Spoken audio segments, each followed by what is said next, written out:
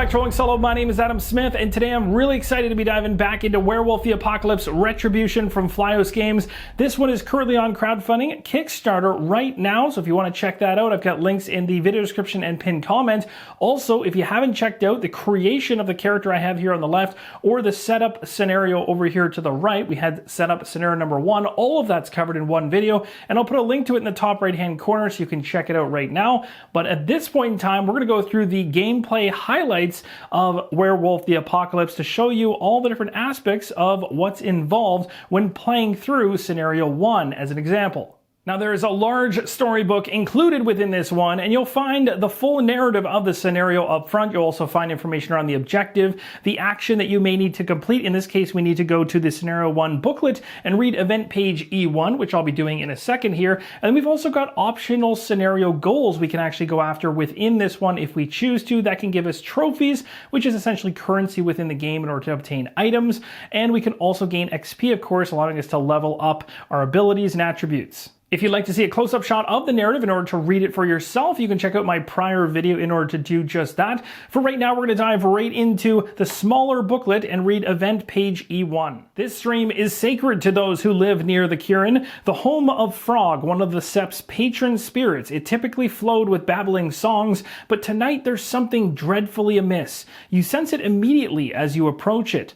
Dark forms you have trouble identifying wreath in the current, almost as fluid as the stream they're immersed in.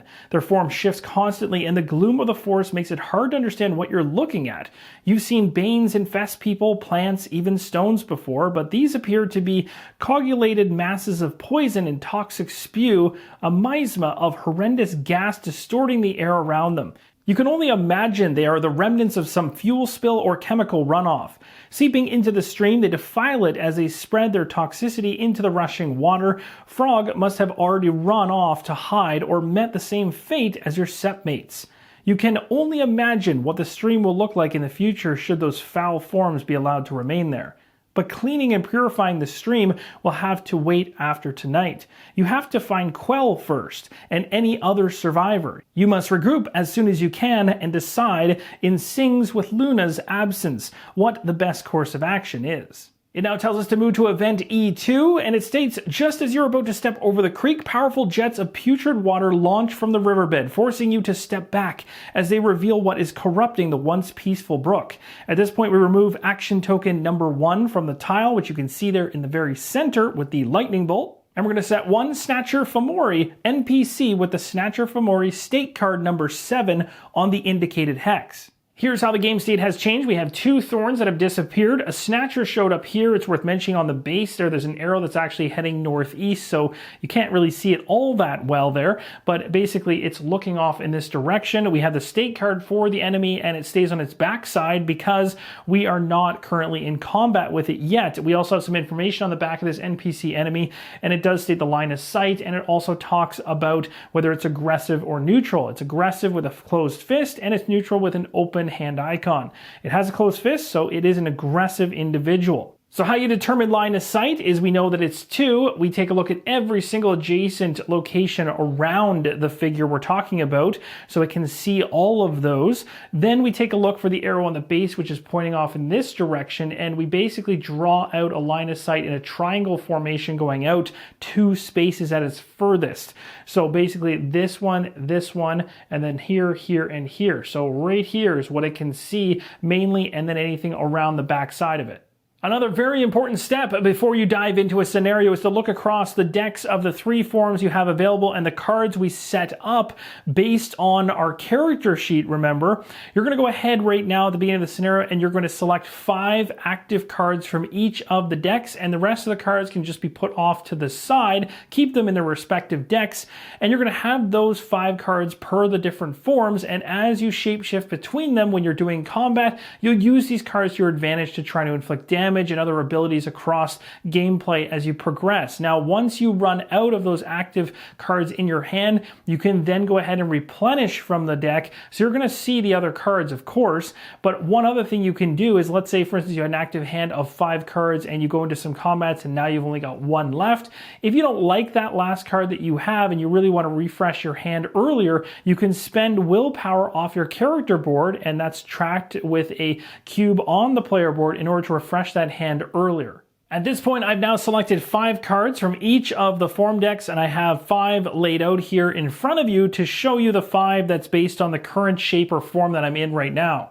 Now, on the card itself, you're going to see in the smaller text at the top of the title a skill category like stealth, for instance, or brawl. You're going to see the card name underneath, like Achilles heel or charge. Then you're going to see the body parts that the card can dismember. You're going to see whether it mentions attack or defense along the bottom. You've got bonus dice mentioned beside that, and any additional effects in orange. Now, when you begin gameplay, you're inside of what's called the main sequence. And inside of it, as you can see on this reference card here, you can choose to shapeshift. You can choose to use an item, you can give and take items, you can enter stealth mode if you wish. You can also choose to begin a combat, or of course you can be forced into a combat if you get into somebody's line of sight too closely. There's dialogue that you can interact with by being in an adjacent hex to somebody, and there's investigations that you can partake in. You can also choose to literally do nothing as well, but you also see here the combat sequence is broken out for those moments when combat does initiate, and you got rage down here at the bottom because, well, with werewolves, so when you get to that final stage, the Krynos phase, you are going to be in an aggressive form.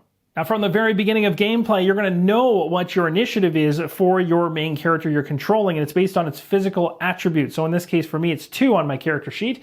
So I'm going to place the corresponding color-matched initiative token on the left-hand side, and then, of course, when I actually take an activation, I'll just go ahead and move this to the opposite side. Now, I'm not going to do this too much in this example, and that's mainly because these NPCs don't have movement attached to them, which you would see on the back of their states card if they did.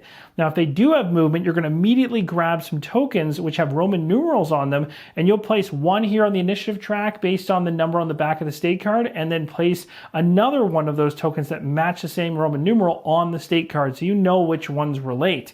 And then simply just go through the initiative track and move them over to the right-hand side in order to go through a given round of play.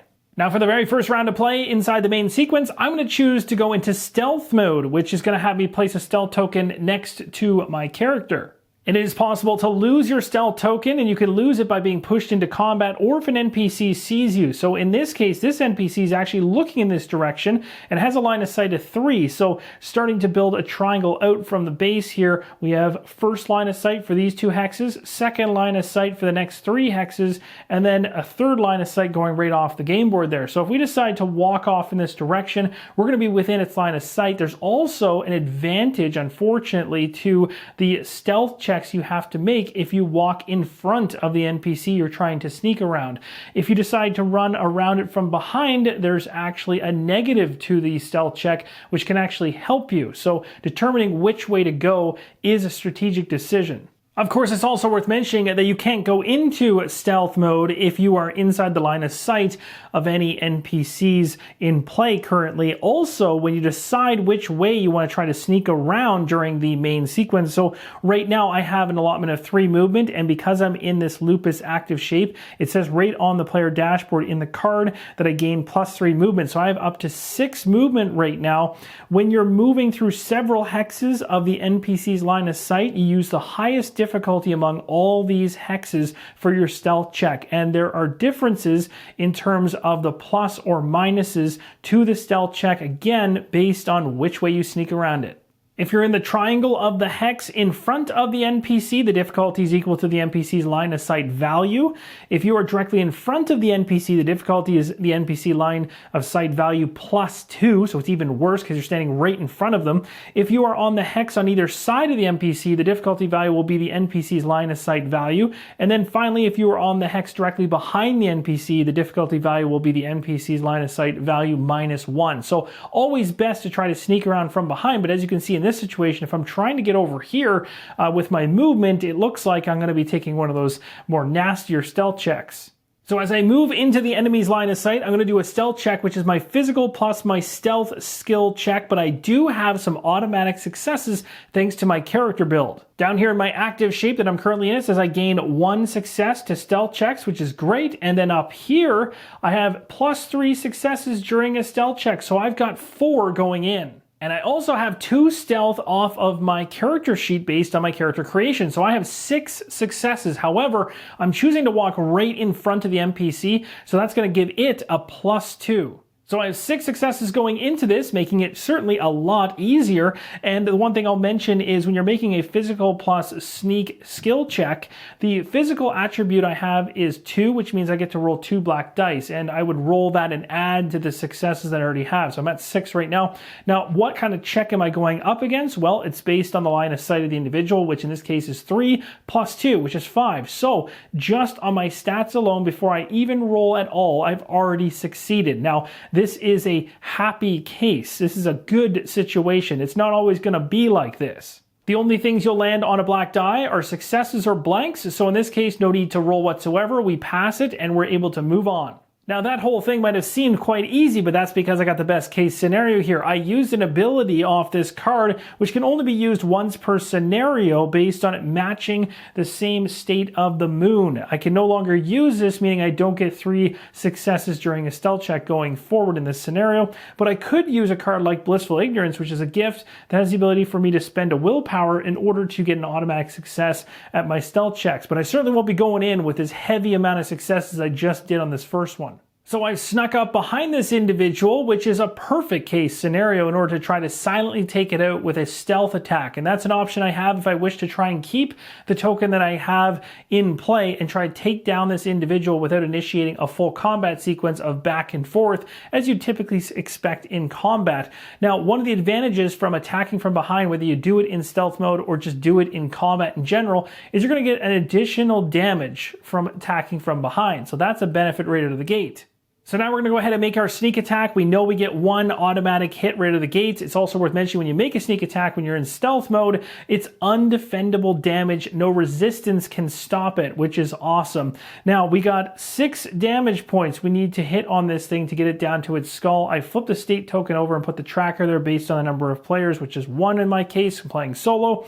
So 6 HP. We already have 1 automatic success from being behind it, 1 automatic success because we use our brawling skill when making a sneaking attack, and I have 1 crossed off check mark on my character sheet. And then we roll physical, and I have 2 black dice for physical because I have 2 in physical. So we're going to roll this and add it to the pile. We got ourselves 2 more, so that's going to be a total of 4 unblockable damage going to the enemy. Now, unfortunately, this wasn't enough damage in order to kill it, so what happens at this point is the token's going to come off because we move into a typical round of combat, back and forth until the combat is resolved. I'm not going to go into this because, well, it's pretty straightforward. You're going to be attacking, the enemy's going to be attacking you, and using the initiative meter you're going to have at this point in time with the enemy fully aware that you're there, no longer in stealth mode, you're going to be attacking until that enemy is dead. So in this case, we'll say that we were able to take out this enemy, as it's one of the more entry-level ones within scenario number 1, and move forward. Now, just to close the loop around willpower, seeing as we talked about using it for gifts, we talked about using it in terms of replenishing the active cards in your hand, we also have the ability to use willpower, which I haven't used yet, but if I place 1 here to spend it, I can choose to reroll up to 3 black dice in a check. So if I really didn't like that last roll I just did and I want to try to gun for more or risk it, I could go ahead and do that. However, there is a con to that. You only have so much willpower to spend, and again, you can increase this and unlock more over time. Now, when your willpower tracker is completely full and you spend an additional 1 or lose more willpower, you become fatigued. When under this kind of condition, you can't spend any willpower and can only roll 1 die during skill checks regardless of your attribute level or effects that could change that amount. The fatigue state does not affect your rage dice pool though, so you certainly are more prone to potentially going into a frenzy, which we'll talk about later on. It's worth mentioning there are a number of small decks within the game as well. You have corruption decks, effect decks, item decks, and NPC combat decks.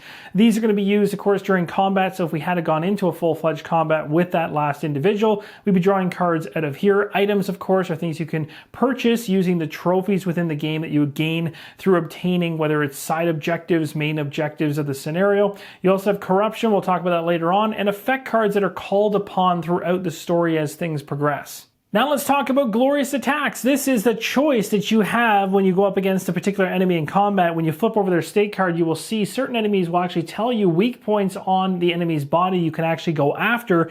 If you use a particular combat card that actually shows damage on a particular limb or aspect of the body that matches up with that individual, you can do a glorious attack. You have to be in the correct form. However, you'll see in this case, in order to show you this card that matches, I'm actually in the incorrect form. I'm currently in the highest level, most aggressive form, the Krynos form, so I would not be able to actually do this glorious attack as I'm not in the correct form. But let's hypothetically say that I was in the correct form here. Then I go ahead and make my attack using a typical physical attribute of 2 black dice, and I'd add an additional one in because this claw gives me that. Now on top of that, if I happen to be inside of this particular form, I have a tendency to go into what's called a frenzy mode if I get enough rage built up. And that occurs on my player board over time. Rage is something that can continue to increase. And whenever you make an attack and you're inside this form, you're going to add a number of dice that are rage dice equal to the amount on your player board that you're tracking for rage, which currently for me in this example is 2. And you're going to roll all of this together during the attack.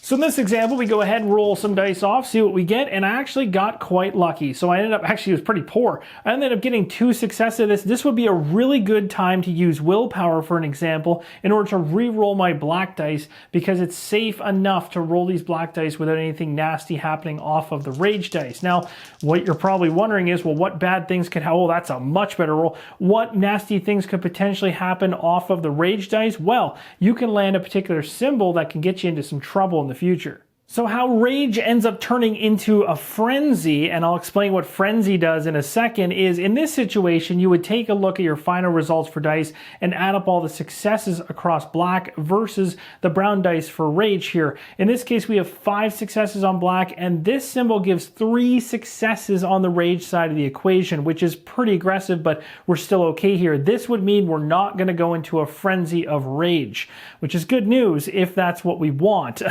Now, the other side of the equation is if we had have gotten something like this, let's say we uptick this to be exactly equal, you are still safe in that situation. However, if I had have rolled, and this would have been quite a rare roll, but if I had gotten both of these like this, I would have gotten 6 on the rage side of the equation, and this black one, I would go ahead and resolve the rest of this combat, but I would now be going into a frenzy, which is I would take my active hand of cards for this form, and I'd be shuffling it into the deck of cards that I have off to the side, and I draw a card, and that would be what I do on the next upcoming turn. And this would continue to happen in the same way by drawing a card and doing that thing the next turn all the way until your rage, which at whatever point in the rage track you're at, for me I'm at 2, so I would be doing it for 2 rounds. If I've built my rage up to 5, I'd be doing it for 5 rounds before I calm down. And what's crazy about this attack is whatever random attack is coming out of the frenzy can actually impact friendly units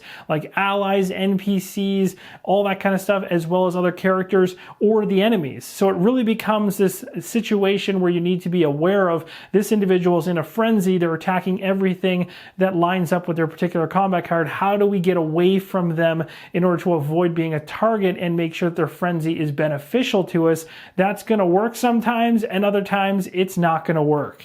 Now, as I mentioned earlier in the video, the second you go into a combat with an enemy, you'll go ahead and place one of the initiative trackers on the card, and then take the one that matches and place it on the initiative track in the position it states right on the card based on the player count.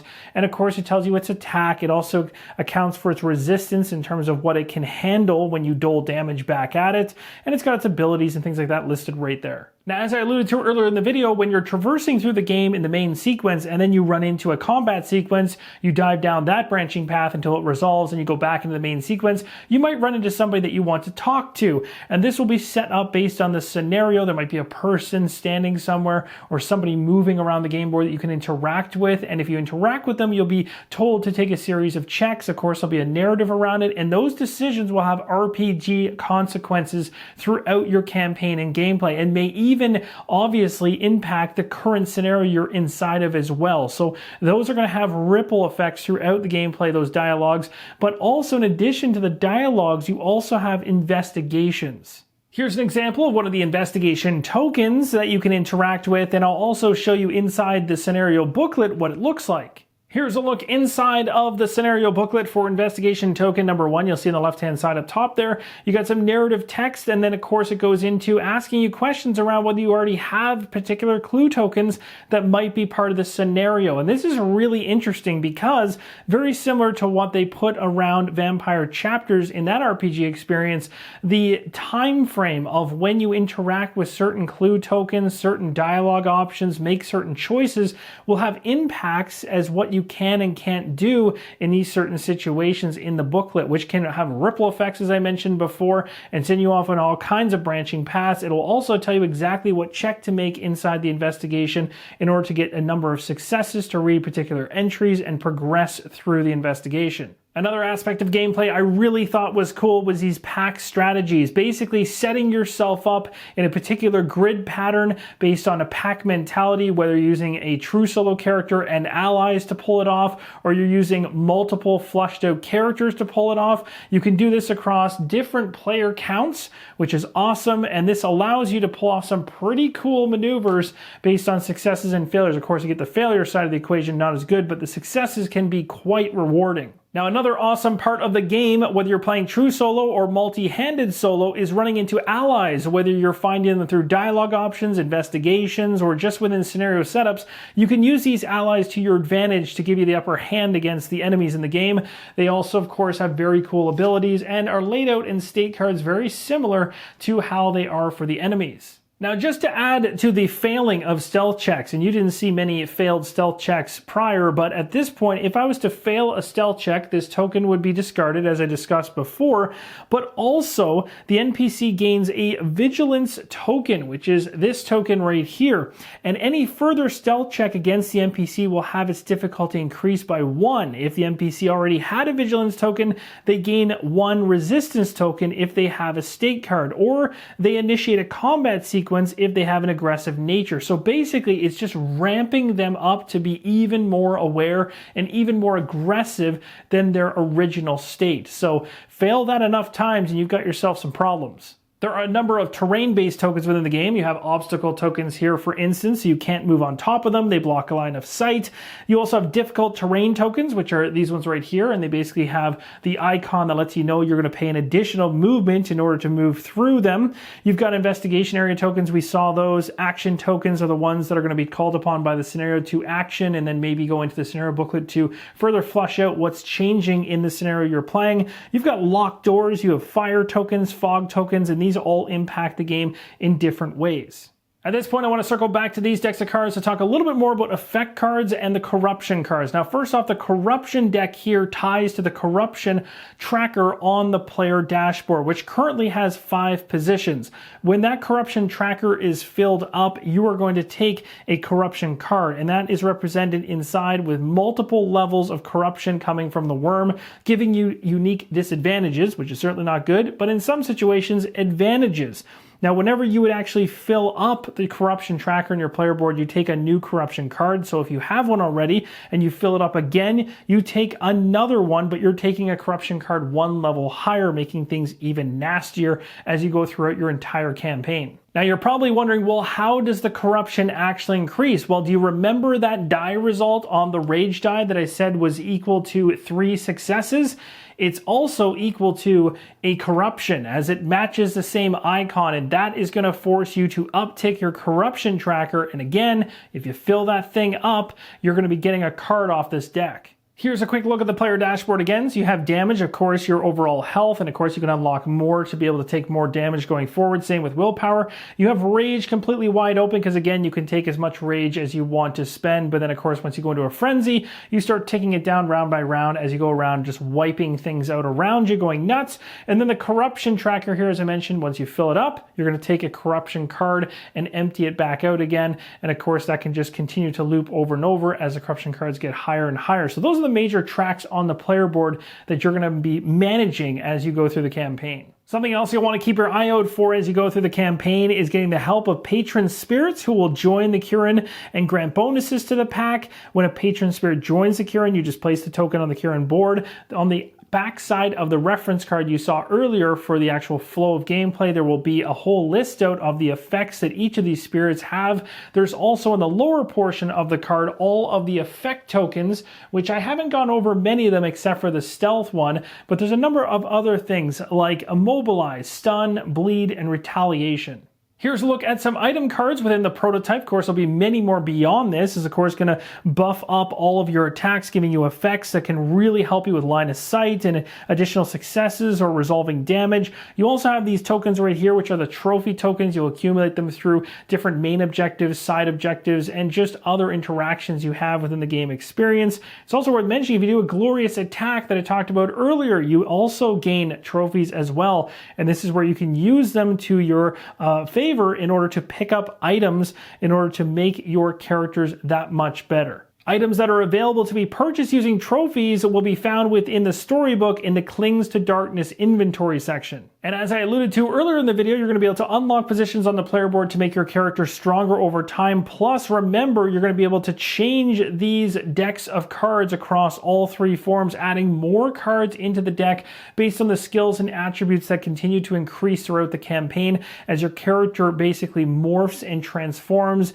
and progresses through the story. And that, my friends, is going to wrap up this gameplay highlights video for Werewolf the Apocalypse Retribution from Flyos Games. It's currently on Kickstarter right now. Check the pinned comment and video description for that link. If you want to check out how character creation or character building happens, as well as scenario setup, I've got that video for you as well. And for any additional details beyond that, and for development as it goes along, definitely keep tabs on the campaign. Thank you guys so much for watching. Let me know in the comments below what you thought of what you saw. And as always, keep on rolling solo.